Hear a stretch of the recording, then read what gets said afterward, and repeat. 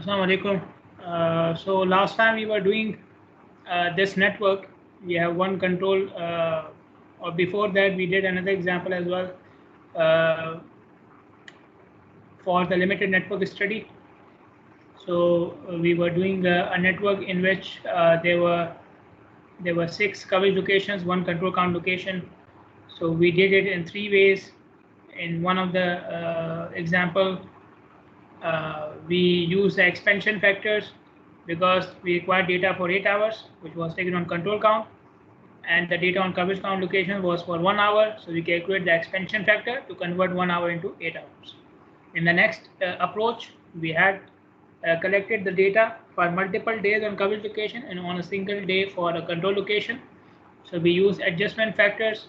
We calculate the average traffic on the control location, and we use adjustment factors to calculate the average traffic on the other locations.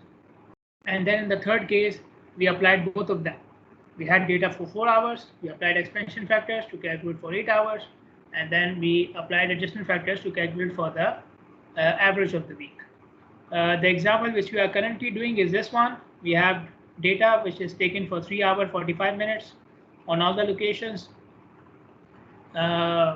For coverage location, mainly for shifting from one location to the other, and for control location, just for matching the time period with the coverage locations. And these are the values. So we did 2 steps on this example.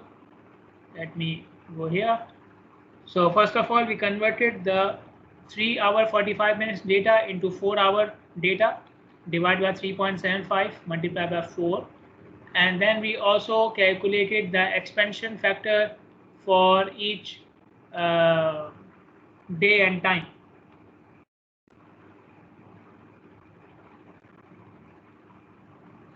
Yeah. Okay. For the coverage location, the data was taken for whichever time period. We calculated the expansion factor from the total traffic, and then we applied these expansion factors to the counts which were taken on the coverage locations to convert them into 12-hour counts. So these are now 12-hour counts for the entire for all the locations. Okay.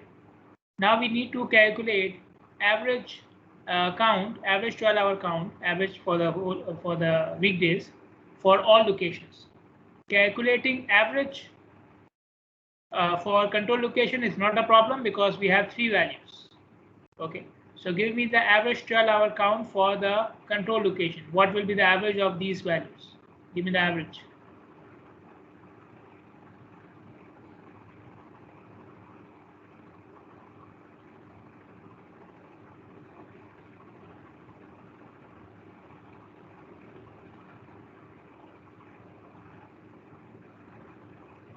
I just want these 3 values, the average of these 3 values, because they are for the control location.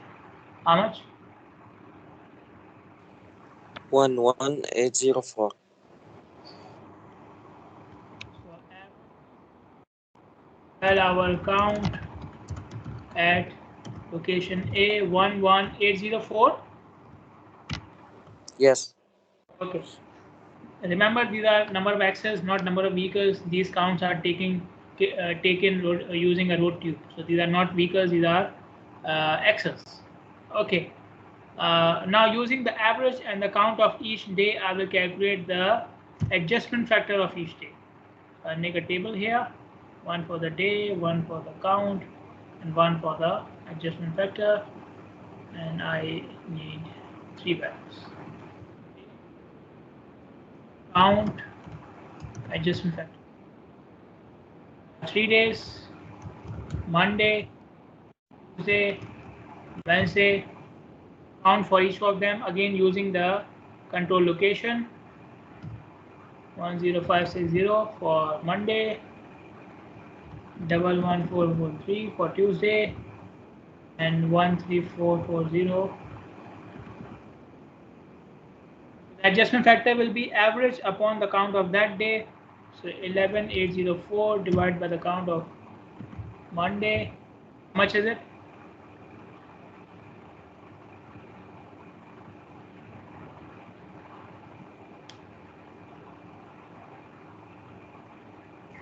$1.12.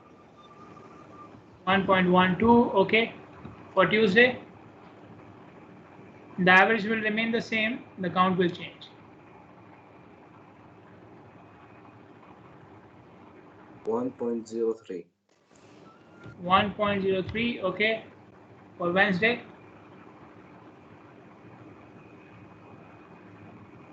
0.88. okay. Now using this count, I will calculate the average 12-hour count for each coverage location. Okay, so the location, 12-hour count, and the average. Okay, location, 9 locations.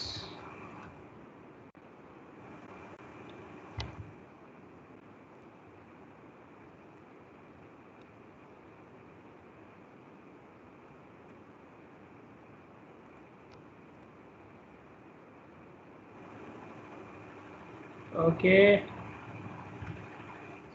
6, 7, 5, 7.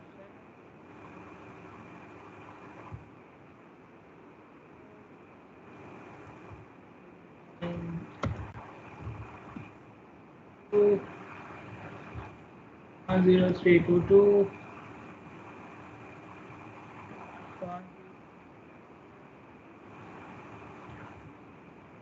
488.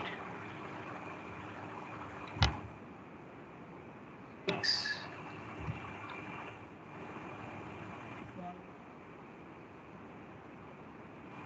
and 1.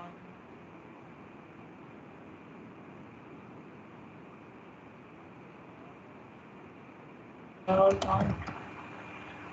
Okay, so you will take the count for that day, multiply with the adjustment factor of that day. Now remember, location 1, 2, and 3 are taken on Monday, Tuesday, and 4, 5, 6 on Tuesday, and Wednesday for the remaining locations. So for Monday, for location 1, 2, 3, I will use the adjustment factor of Monday. So 6757 into 1.12, how much?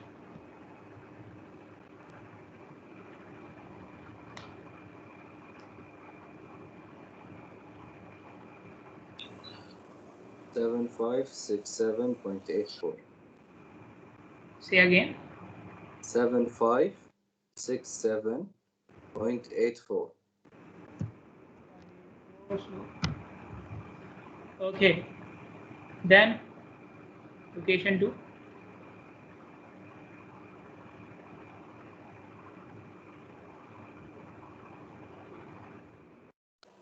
11092. 11092. Okay.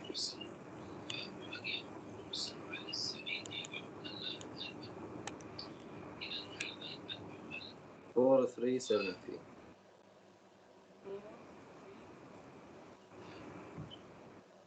7.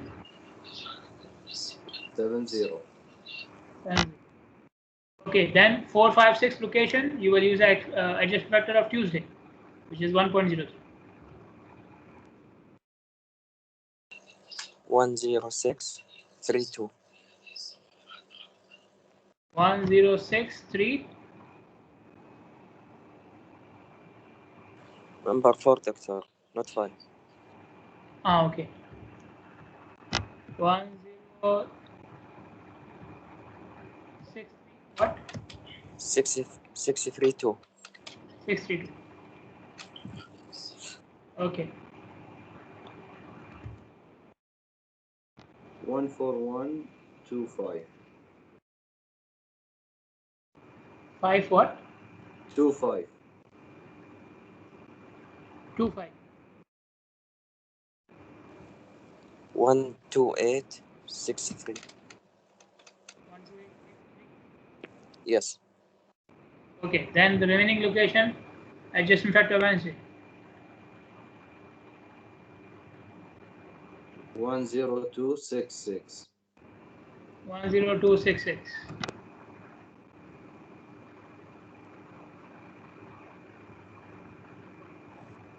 10357.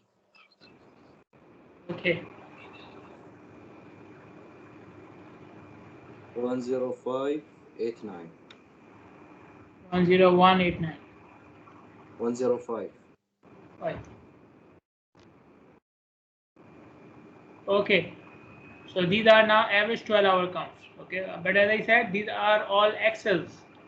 All these values you have calculated, whether for 4 hours or 12 hours or whatever, they are all number of axes. Now we need to convert number of axes into number of vehicles.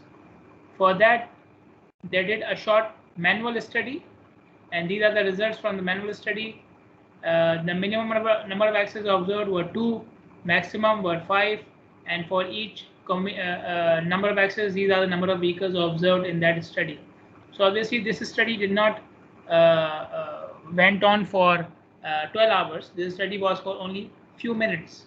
Okay, so they just wanted to see what is the proportion of vehicles with each number of axes in the traffic, so they can calculate number of axes per vehicle. Let me put it over here. So the first thing we need to calculate is we are trying to calculate number of axes per vehicle. So I need total number of vehicles and I need total number of axes. Okay. So first of all, give me total number of vehicles here. How many number of vehicles we have in this study? Okay. The short study we have.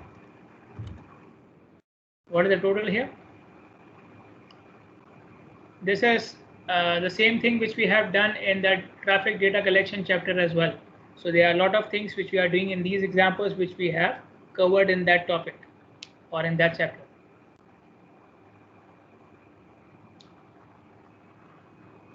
One two seven six. 1276. Okay, now I need number of axes as well. And not add this column. These are number of axes which are classified. Okay, they are not number of axes you observed during the study. So 2 axes were observed in 1100 vehicles. 3 axes were observed in 130 vehicles, and so on. So in order to calculate the number of axes observed in the study, you have to multiply the 2 columns. Okay, so 2 into 1100 plus 3 into 130 plus 4 into 40 plus 5 into 6. How much? 2780. 2780. Okay, these are number of axes observed in the study, so that you can calculate number of axes per vehicle. So now simple, you divide them with each other, you will get the number of axes per vehicle, which is how much?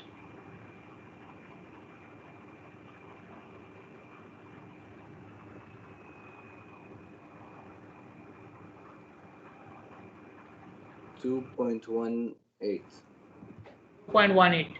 Okay, now what we will do is we will convert all the average 12-hour counts into number of vehicles. Okay, so I'll make a table here. I need location, count, and okay, now I have to do it for the control location as well. Okay, because road tube was used on that location as well.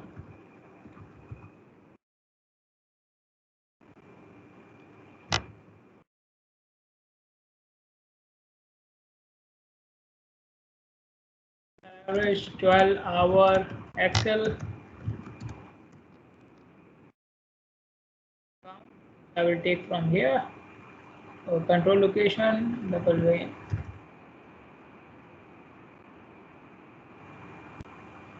Then 7568.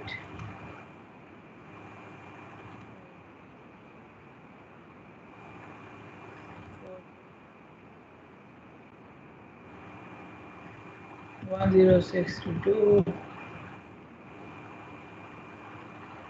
14125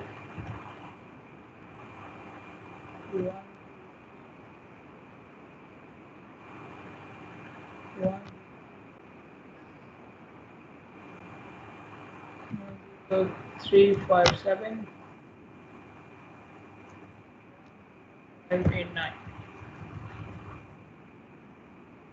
Average 12-hour vehicle count. It will be the count you have for axles divided by number of axles per vehicle, 2.18. Okay, so number of axles divided by number of axles per vehicle will give you number of vehicles. How much? 54 1.5. Okay, next.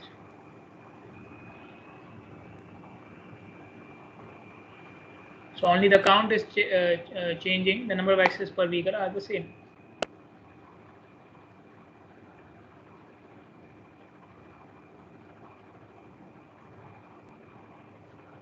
Three, 4, 7, 2. 3472.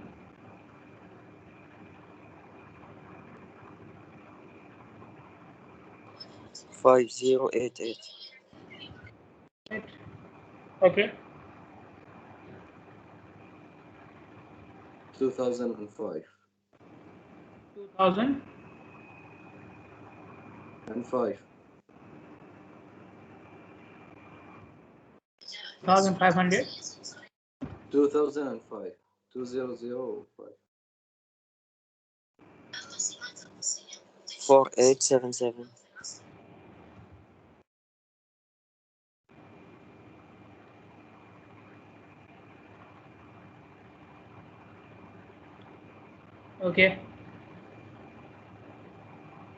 6479.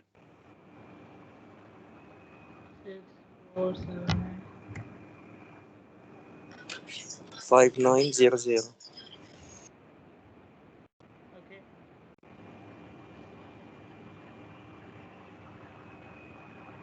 4709.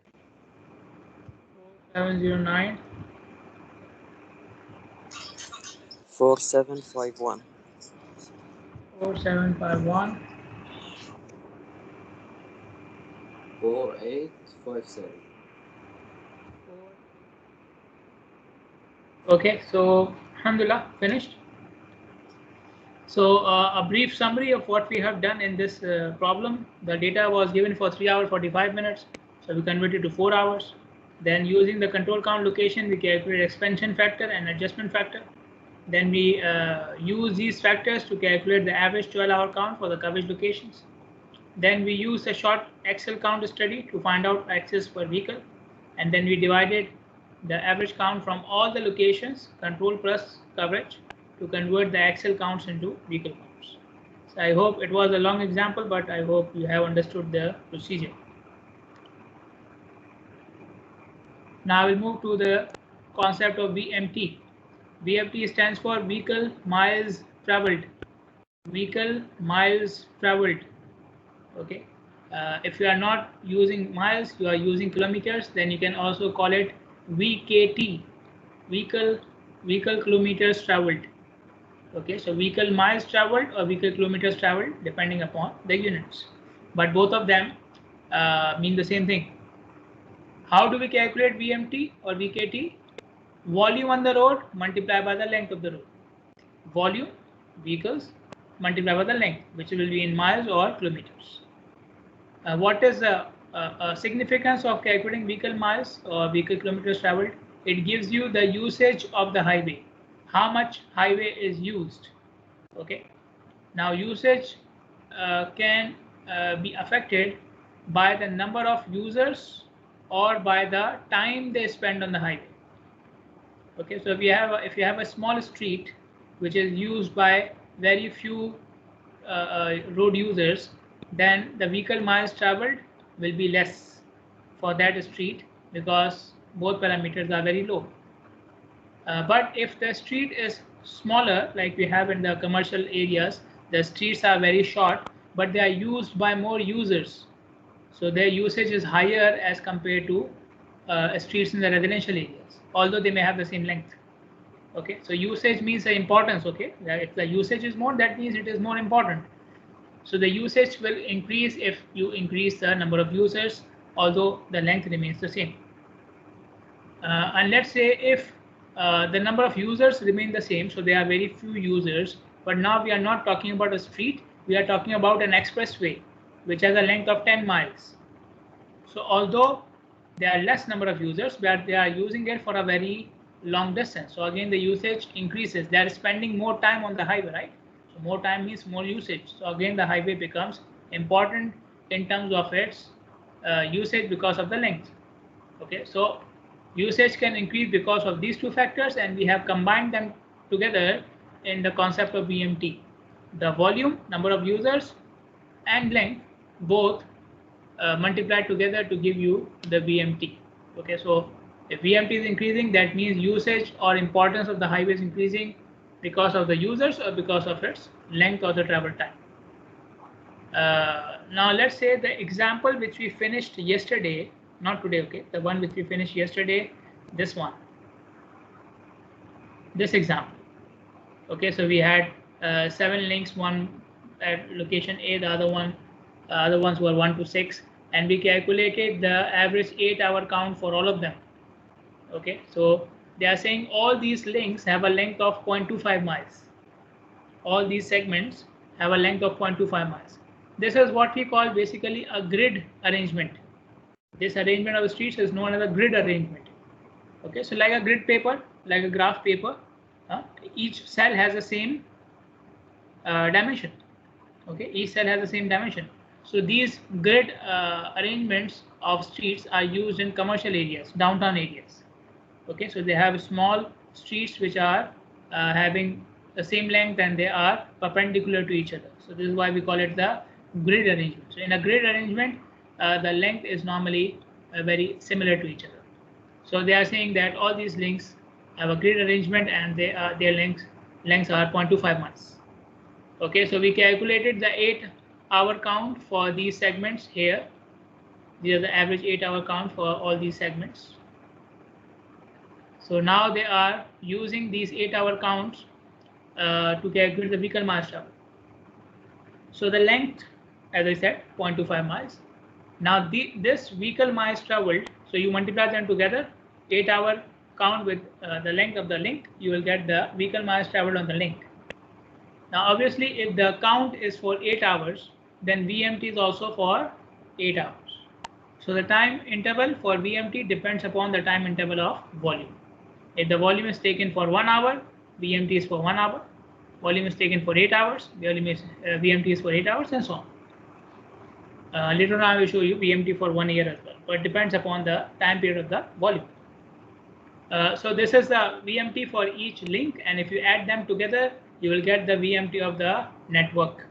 Okay, so this is the last value, which is the VMT of the network. So you simply add the VMTs of all the links. So this is again for 8 hours. Once you have the network volume, you can represent it in the form of network flow map. Network flow map. So it looks like a simple map of the area. The only difference between a regular map and this map is the width of the streets. The widths of the streets are linked with the volume.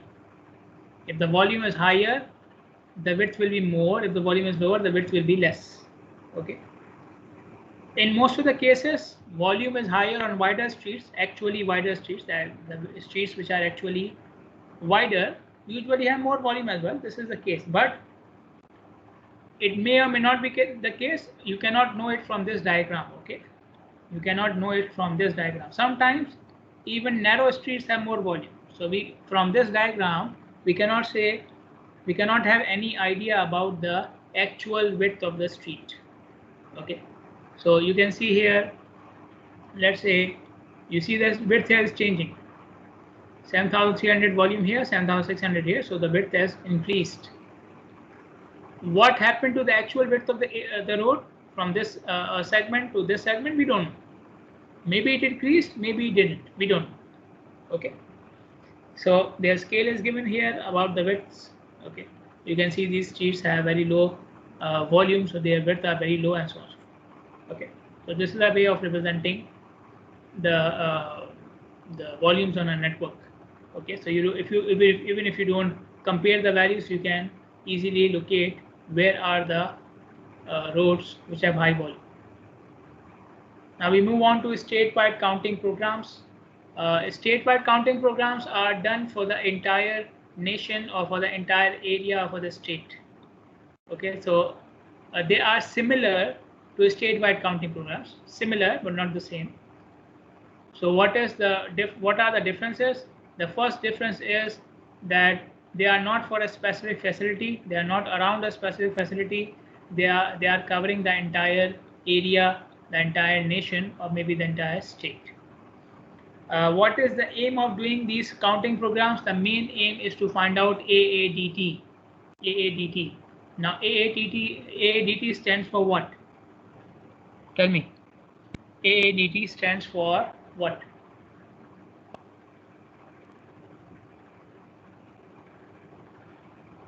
Average annual average daily traffic.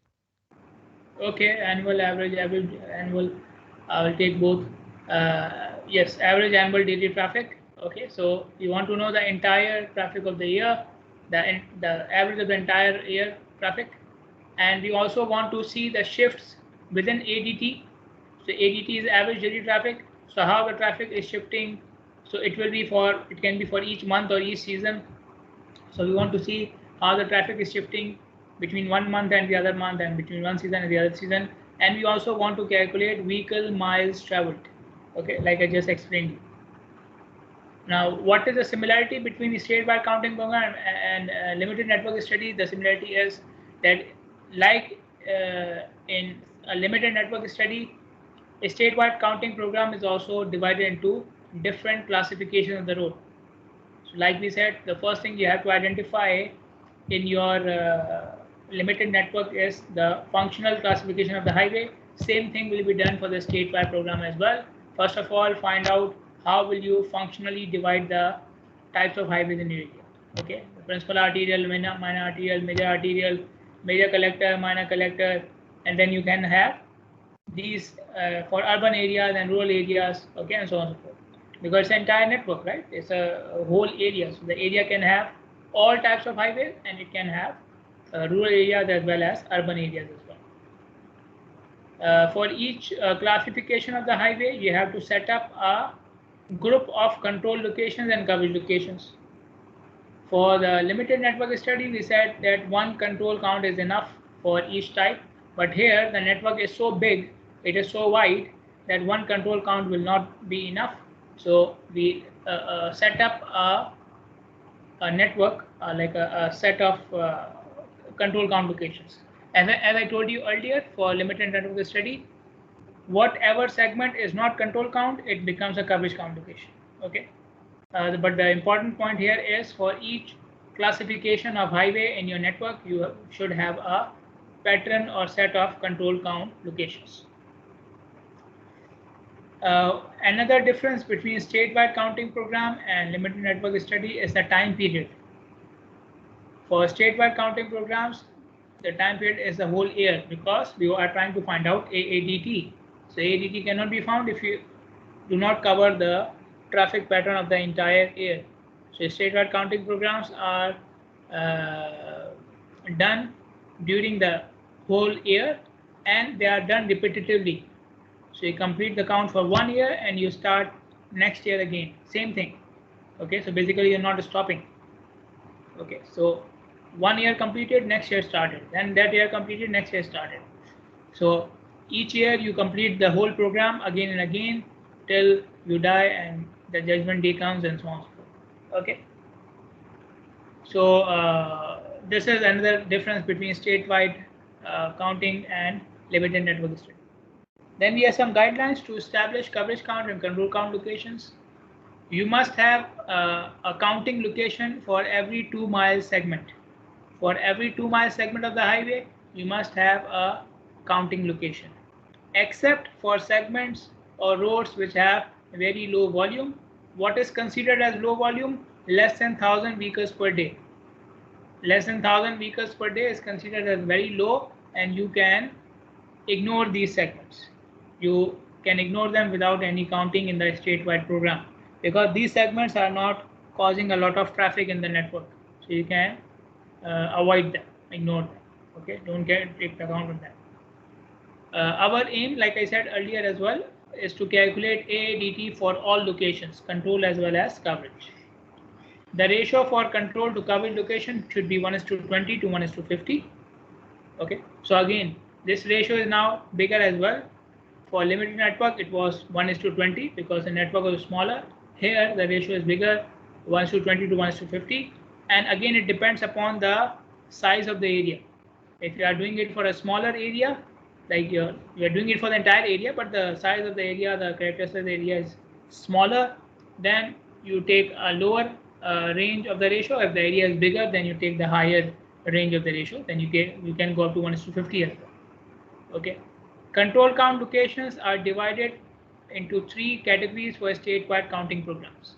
Statewide counting programs have 3 types of control counts: permanent, major, and minor.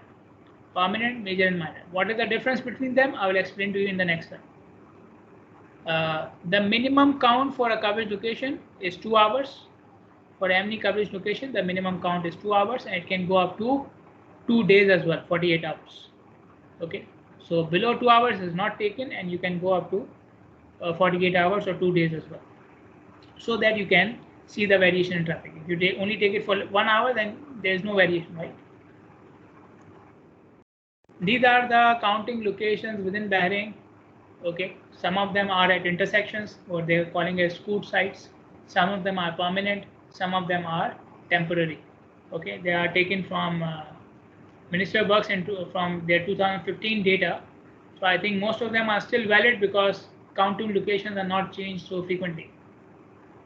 Okay, continuing with the guidelines. So we said we have 3 types of control count locations, right? Permanent, major, minor. Permanent location means you have a permanent data collection equipment at that site, at that location, and it will be collecting continuous data throughout the year. So on a permanent control count location, you collect data for the entire year, and you have to obviously fix a permanent detector or a permanent data collection equipment there, because by other means taking continuous data for the full year is not possible. So that's why we call it permanent location. And these are normally the most important locations in terms of volumes in the entire network. Okay, the locations which have the highest volumes are selected as permanent count locations. Major and minor count locations are counted using portable equipments because they are not continuous. Okay, major and minor control count locations are observed using portable equipments like road tubes, that we have mentioned earlier as well. So they can be used as major and minor control counts. Major control counts are observed for 1 week every month. Major control count locations are observed for 1 week every month. Okay, so since you are observing it every month, so you can see the monthly variation, and you are observing it for the whole week, so you can see the daily variation as well. Okay, then we have minor control count locations. These are the locations where weekday traffic is more important, or weekend traffic is so low that it can be ignored. So you make it into a minor control count location. So on a minor control count location, the traffic is observed 5 days every season. 5 days every season. So 5 days, now you can understand that it will be the weekdays. Okay, so weekend traffic is so low, maybe it is an office building or something like this. Like it's a commercial area, the whole like the traffic on that point is coming from an office building or something. So you feel that if you make it a minor control point, this is enough, because when the offices are closed on weekend, there is no traffic. So you take the count on 5 days, okay, and every season. So season means every 3 to 4 months. 3 to 4 months. Season doesn't mean that you will look at the weather and then you will go for counting. No, it is fixed. After every 3 to 4 months, you will take a count there for 5 days. That will be a minor control count location. Okay, and I will stop here. So this is the part which is included for the test as well. Lecture 4, Lecture 5, Lecture 6, and Lecture 7 up to slide 44. What we have covered up till now. Lecture 4, Lecture 5, Lecture 6, and Lecture 7 up to slide 44. This will be included in the test. Okay. I'm going for the attendance. Hissa Ahmad, Ali Khalil, and Hussein Ahmad